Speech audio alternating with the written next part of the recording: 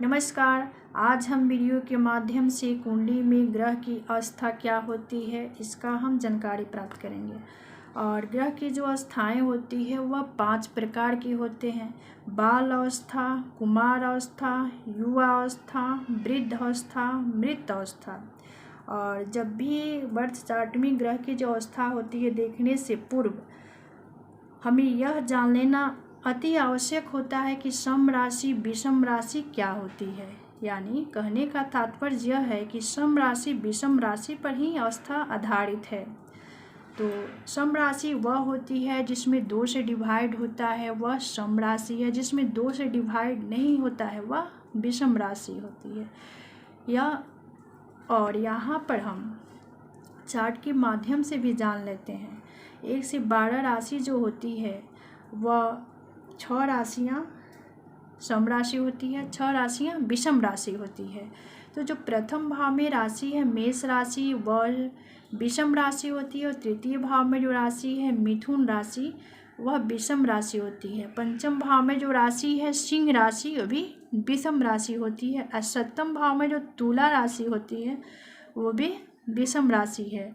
और 9वें भाव में जो राशि है धनु राशि भी विषम राशि है, और एकादश भाव में जो राशि है कुंभ राशि यह भी विषम राशि है। और यहाँ पर हम सम राशि के बारे में भी जानेंगे। द्वितीय भाव में भी जो राशि है वह वृष राशि है, सम राशि है। चतुर्थ भाव में राशि जो है कर्क राशि है, कर्क राशि भी सम राशि होती है। और षष्ठ भाव में जो राशि है कन्या राशि यह भी सम राशि है। अष्टम भाव में जो राशि है वह वृश्चिक राशि है, और वृश्चिक राशि भी सम राशि है। और दसम भाव में जो राशि है मकर राशि यह भी सम राशि है। और द्वादश भाव में जो राशि है मीन राशि वो भी सम राशि है। तो यहाँ पर जब ग्रह विषम राशि में स्थित होता है तो उसका क्या प्रभाव होता है।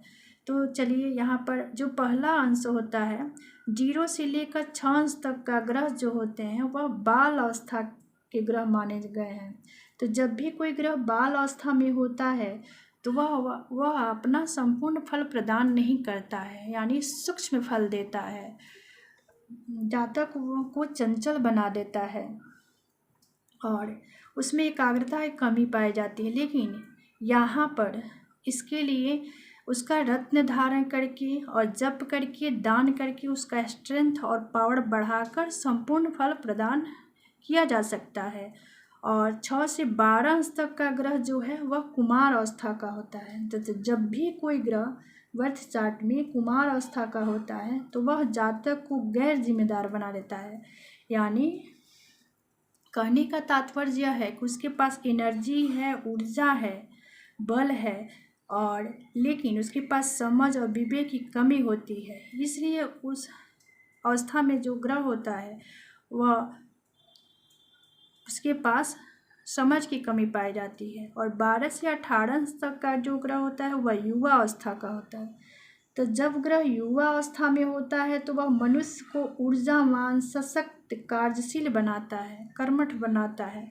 यानी युवा अवस्था में जो ग्रह होते हैं वह अपना 100% रिजल्ट प्रदान करते हैं, और इसका स्ट्रेंथ पावर देखने को मिलता है। इसके पास स्ट्रेंथ है, ऊर्जा है, समझ भी होता है, विवेक भी है और अनुभव भी होता है। इसलिए युवा अवस्था के जो ग्रह होते हैं वह अपना संपूर्ण फल प्रदान करते हैं। 18 से 24 अंश तक का जो ग्रह होता है वृद्ध अवस्था का होता है। वृद्ध अवस्था के ग्रह में अनुभव होता है, उस जातक के पास अनुभव भी होगा, समझ भी होगा, गंभीर भी होगा और विवेक भी होगा, लेकिन उसके पास ऊर्जा की कमी पाई जाती है, शक्तिहीन होता है, ऊर्जाहीन होता है, बलहीन होता है। लेकिन इसके लिए रत्न धारण करके, इसका कुछ जप करके, कुछ दान करके भी इससे हम फल प्रदान कर सकते हैं। और 24 से जो 30 अंश का ग्रह है वह मृत अवस्था का होता है। मृत अवस्था का जो ग्रह होते हैं वह कोई फल नहीं देते हैं, यानी यह कोई फल देने में समर्थ नहीं होते हैं।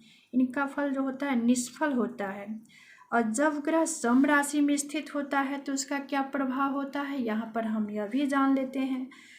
0 से 6 अंश तक, यानी विपरीत यहाँ पर हो रहा है। 0 से 6 अंश तक जब ग्रह होता है तब सम राशि में, कहाँ पर, सम राशि में, तो मृत अवस्था का होता है। और जब भी ग्रह मृत अवस्था का होता है तो कोई फल नहीं देता है, उसका फल निष्फल होता है।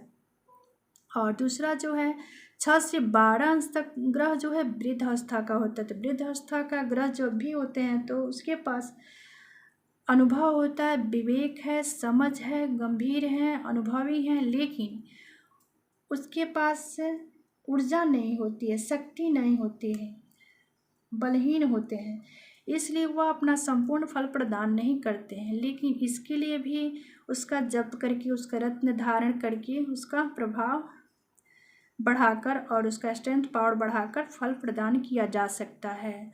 और 12 से 18 अंश तक का जो ग्रह होता है वह युवा अवस्था का होता है। तो जब भी कोई ग्रह युवा अवस्था का होता है तो वह उस जातक को ऊर्जावान, सशक्त, कार्यशील बनाता है, यानी इसके पास समझ भी है, विवेक भी है, ऊर्जा भी है और शक्तिशाली भी है, कर्मठ भी है। तो यह अपना 100% रिजल्ट प्रदान करते हैं। और इनका जो युवा अवस्था के जो ग्रह होते हैं वह बहुत पावरफुल होते हैं, अपना 100% रिजल्ट देते ही हैं।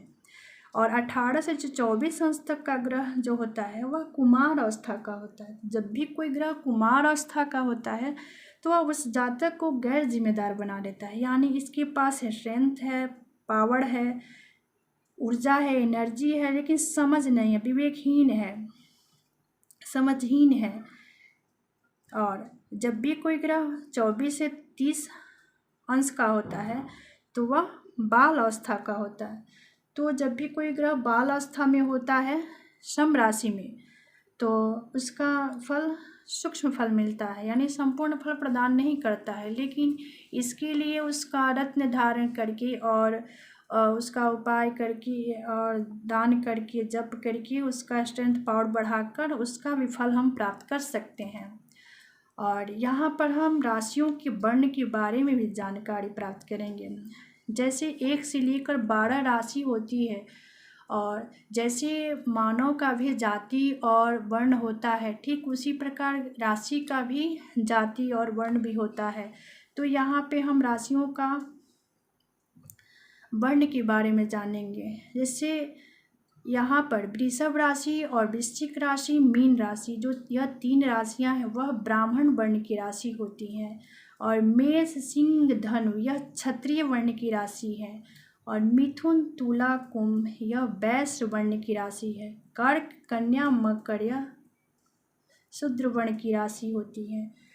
तो आज हम वीडियो के माध्यम से ग्रह की अवस्था क्या होती है और सम और विषम राशि और राशियाँ के वर्ण के बारे में हम बृहद जानकारी प्राप्त कर चुके हैं। और आशा करती हूँ कि आप सबको भी समझ में आया होगा। तो आज का विषय यहीं समाप्त होता है और मिलते हैं अगले वीडियो में ज्योतिष की एक नए विषय के साथ। तब तक के लिए धन्यवाद, नमस्कार।